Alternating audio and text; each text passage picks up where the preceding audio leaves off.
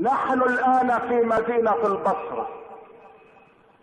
العارف بالله أبو اليزيد البسطامي نائم ذات ليلة، فسمع في المنام بعد صلاة الفجر هاتفا ينادي عليه ويقول له: يا أبا اليزيد، إن الليلة هي عيد النصارى، فتوضأ واذهب إليهم في ديرهم وسوف تجد من حكمة الله عجبا. فتوضأ أبو اليزيد ودخل دير النصارى في مدينة البصرة، ولما قام أبوهم ليلقي الكلمة عليهم قال لهم: أنا لا أستطيع أن أتحدث، وبينما رجل محمدي دخل الدير علينا.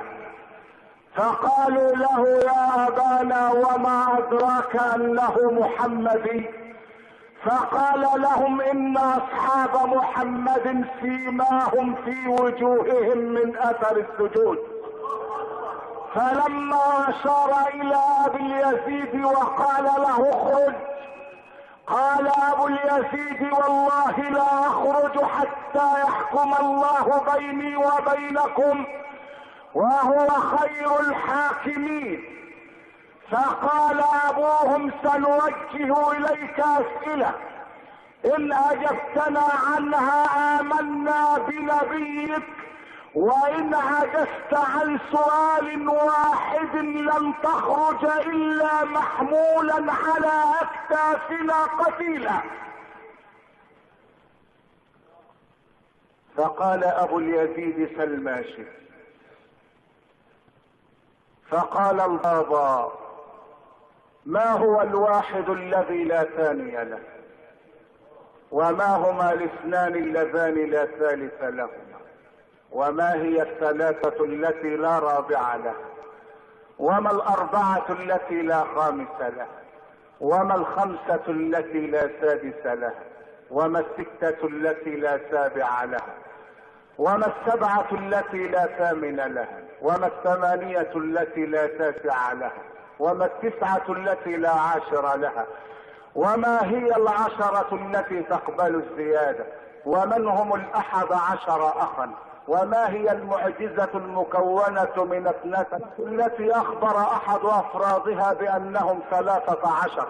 وما هي 14 شيئا التي كلمت الله؟ وما هو الشيء الذي تنفس ولا روح فيه؟ وما هو القبر الذي مشى بصاحبه؟ وما هو الشيء الذي خلقه الله واستعظمه؟ وما هو الشيء الذي خلقه الله واستنكره؟ وما هي الاشياء التي خلقت من غير اب ولا ام؟ ثم ما هي الذاريات ذروه، والحاملات وقرا، والجاريات يسرا، والمقسمات امرا؟ وما هي الشجره المكونه من 12 غصنا، في كل غصن 30 ورقه، في كل ورقه 5 ثمرات، 3 في الظل و2 في الشمس؟ اجب يا ابا اليزيد. وقام ابو اليزيد وقد القى الله برد السكينة في قلبه، فقال له: اما الواحد الذي لا ثاني له فقل هو الله احد، واما الاثنان اللذان لا ثالث لهما فهما الليل والنهار، وجعلنا الليل والنهار آيتين. واما الثلاثة التي لا رابع لها فاعذار موسى عليه السلام للخضر رضي الله عنه، اذا ركب في السفينة غرقها، اذا لقي غلاما فقتله، اذا اتى اهل قرية استطعم اهلها، قال: هذا فراق بيني وبين. 4 التي لا خامس لها هي التوراة والزبور والانجيل والقرآن. 5 التي لا سادس لها 5 صلوات كتبهن الله في اليوم والليلة. 6 التي لا سابع لها ولقد خلقنا السماوات والارض وما بينهما في 6 ايام. قال له القسيس فلماذا قال في اخر الايه وما مسنا من لغوب؟ فقال ابو اليزيد لان اليهود قالوا ان الله خلق السماوات والارض في 6 ايام ثم اصابه التعب فاستراح يوم السبت، فقال لهم الله وما مسنا من لغوب، يعني ما تعبنا حتى نستريح. اما 7 التي لا ثامن لها الذي خلق 7 سماوات طباقا، 8 التي لا تاسع لها ويحمل عرش ربك فوقهم يومئذ 8، 9 التي لا عاشر لها هي معجزات موسى على نبينا وعليه الصلاة والسلام. قال له البابا اذكرها، قال له اليد والعصا والطمس والسنين والطوفان والجراد والقمل والضفادع والدم. ما 10 التي تقبل السيادة؟ من جاء بالحسنة فله 10 أمثالها والله يضاعف لمن يشاء. من هم 11 أخا؟ إني رأيت 11 كوكبا إخوة يوسف. ما المعجزة المكونة من 12 شيئا؟ وإذ استسقى موسى لقومه فقل اضرب بعصاك الحجر فانفجرت منه 12 عينا. ما هي الأسرة 13؟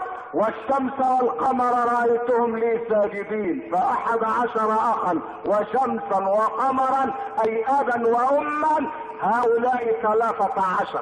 ما 14 شيئا التي كلمت الله؟ قال له السماوات 7 والأرضون 7 فقضاهن 7 سنوات في يومين، ثم قال الله للسماوات 7 والأراضين 7 ائتيا طوعا أو كرها قالتا أتينا طائعين. ما هو القبر الذي سار بصاحبه؟ يونس فالتقمه الحوت وهو مليم. ما هو الشيء الذي تنفس ولا روح فيه والصبح اذا تنفس؟ ما الشيء الذي خلقه الله واستعظمه؟ كيد النساء ان كيدكن عظيم. ما الشيء الذي خلقه الله واستنكره؟ صوت الحمار ان انكر الاصوات لصوت الحمير. ما الاشياء الذين خلقها الله من غير اب ولا ام؟ ادم عليه السلام والملائكة الكرام وكبش اسماعيل وناقة صالح. من هم الذين كذبوا ودخلوا الجنة؟ اخوة يوسف جاءوا اباهم عشاء يبكون وقالوا لابيهم اكله الذئب، ومع ذلك قال لهم يوسف يغفر الله لكم وهو ارحم الراحمين. من الذين سبقوا ودخلوا النار؟ قال له اقرأ قوله تعالى وقالت اليهود ليست النصارى على شيء وقالت النصارى ليست اليهود على شيء. قال له ما هي الشجرة المكونة من 12 غصنا في كل غصن 30 ورقة في كل ورقة 5 ثمرات؟ وقبل ان يجيب على هذا السؤال قال له اجيبك على الذاريات ذروا وهي الرياح والحاملات وقرا وهي السحب التي تحمل الامطار والجاريات يسرا وهي السفن التي تجري على سطح البحر المقسمات امرا وهم الملائكة الذين امرهم الله بتقسيم الارزاق والحسنات والسيئات وكتابتها. اما هذه الشجرة فهي السنة فيها 12 غصنا اي 12 شهرا في كل غصن 30 ورقة اي 30 يوما، في كل ورقة 5 ثمرات اي 5 صلوات، 3 في الظل، المغرب والعشاء والفجر، و2 في الشمس، الظهر والعصر.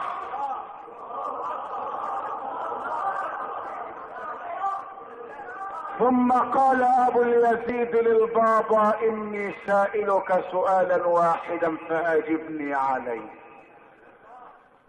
قال له: سل يا ابا اليزيد. قال له: ما هو مفتاح الجنة؟